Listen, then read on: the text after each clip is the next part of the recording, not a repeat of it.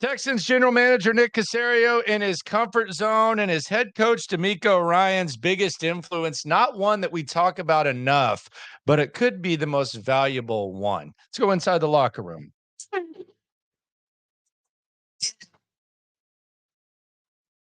Yeah, it's the locker room on YouTube. You know what it is. Let's get it.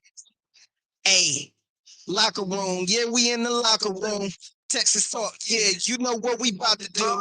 Localize Is Nick everything. What we Caserio really in do. his comfort zone, and is that a good thing? It is the locker room, number one source for Texans daily digital content.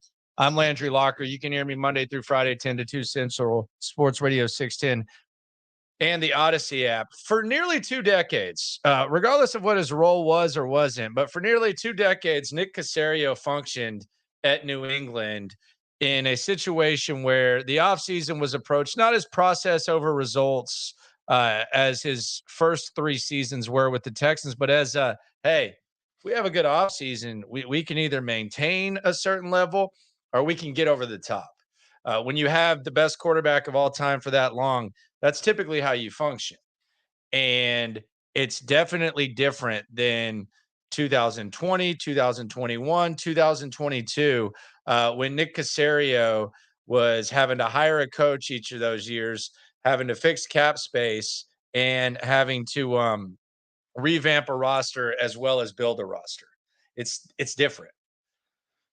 Fast forward to now, and you look at where the Texans are. You feel like you have perhaps your franchise quarterback. You were a game away, a half away, really, from being in the AFC Championship game.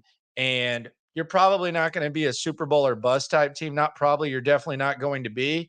But AFC Championship game, getting to that level, getting to that upper tier is probably the goal. And for a general manager not used to it, it could be a lot of pressure. But given Nick Caserio's experience and given the fact that he was with New England as long as he was functioning in a similar level, not proportional, but similar level this offseason with all the cap space now and the draft pick at the back end, you got to wonder, is Nick Caserio in his comfort zone? And you also have to wonder, is that a good thing? Could be, could not be. Now, in New England, we don't know how much power he did or didn't have. I think we can all agree that Bill Belichick had most of the power. So, how will that be? Who knows? But you gotta think that Nick Caserio, who's out here at the Super Bowl in Las Vegas, you got to think at the very least Nick Caserio is a little bit more in his comfort zone than he's ever been. Not having to hire a coach alone will do that for you, and having a quarterback who's probably going to win Rookie of the Year tonight probably helps that. DeMeco Ryans, from GM to head coach, DeMeco Ryans. DeMeco Ryans has a lot of influences in his coaching career. He's got the playing experience. He's got the teammates. He's influenced a lot of his teammates. We talk about Gary Kubiak being one of his mentors. We talk about him coming from the Kyle Shanahan tree and learning under Kyle Shanahan for a half decade.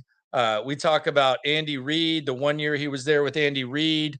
And there's a lot of ties that you can make with DeMeco Ryans, including, as we just mentioned, both of the head coaches that are going to be coaching in this game in 3 days. But someone that he mentioned at his opening press conference that I thought was interesting, that I think can kind of go back to one of his biggest lessons and one of his biggest themes, and really one of his biggest callings when he's talking about his players, is not eating the rat poison, is Chip Kelly. DeMeco was there from the beginning to the end with Chip Kelly with the Philadelphia Eagles. And I know he talks about Nick Saban not eating the rat poison. Chip Kelly started out his first year. If you remember his first year in the NFL, I think it was 2013. He was the toast of the league. Like, people were singing the praises of Chip Kelly. Chip Kelly's going to revolutionize the game. I think he may have even been coach of the year. Chip Kelly, look at this offense. This is the future. This is the evolution. And to a certain point, it may have been. But for whatever reason, whether it was egos or whatever, I don't think DeMeco Ryans has the ego that Chip Kelly may or may not have. But DeMeco Ryans, just like we talk about San Francisco and we talk about, maintaining that level and building a program, I think avoiding letdown, which happens often in the NFL, I think Chip Kelly could be a good lesson because they were singing the praises of Chip Kelly at a high level through year one. Same thing they're doing right now with DeMeco Ryans. Now, DeMeco has CJ Stroud. I think Chip Kelly had Nick Foles. So it is a little bit different. But when it comes to DeMeco's biggest rally cry, don't eat the rat poison and all that.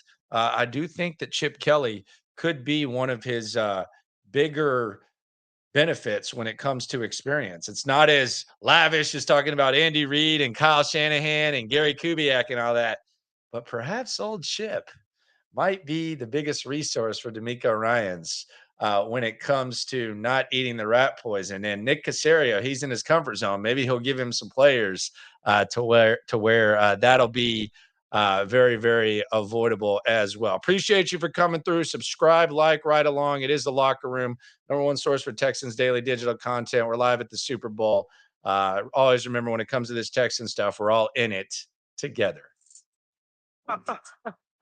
Yeah, it's the Locker Room on YouTube. You know what it is. Let's get it. Hey, Locker Room. Yeah, we in the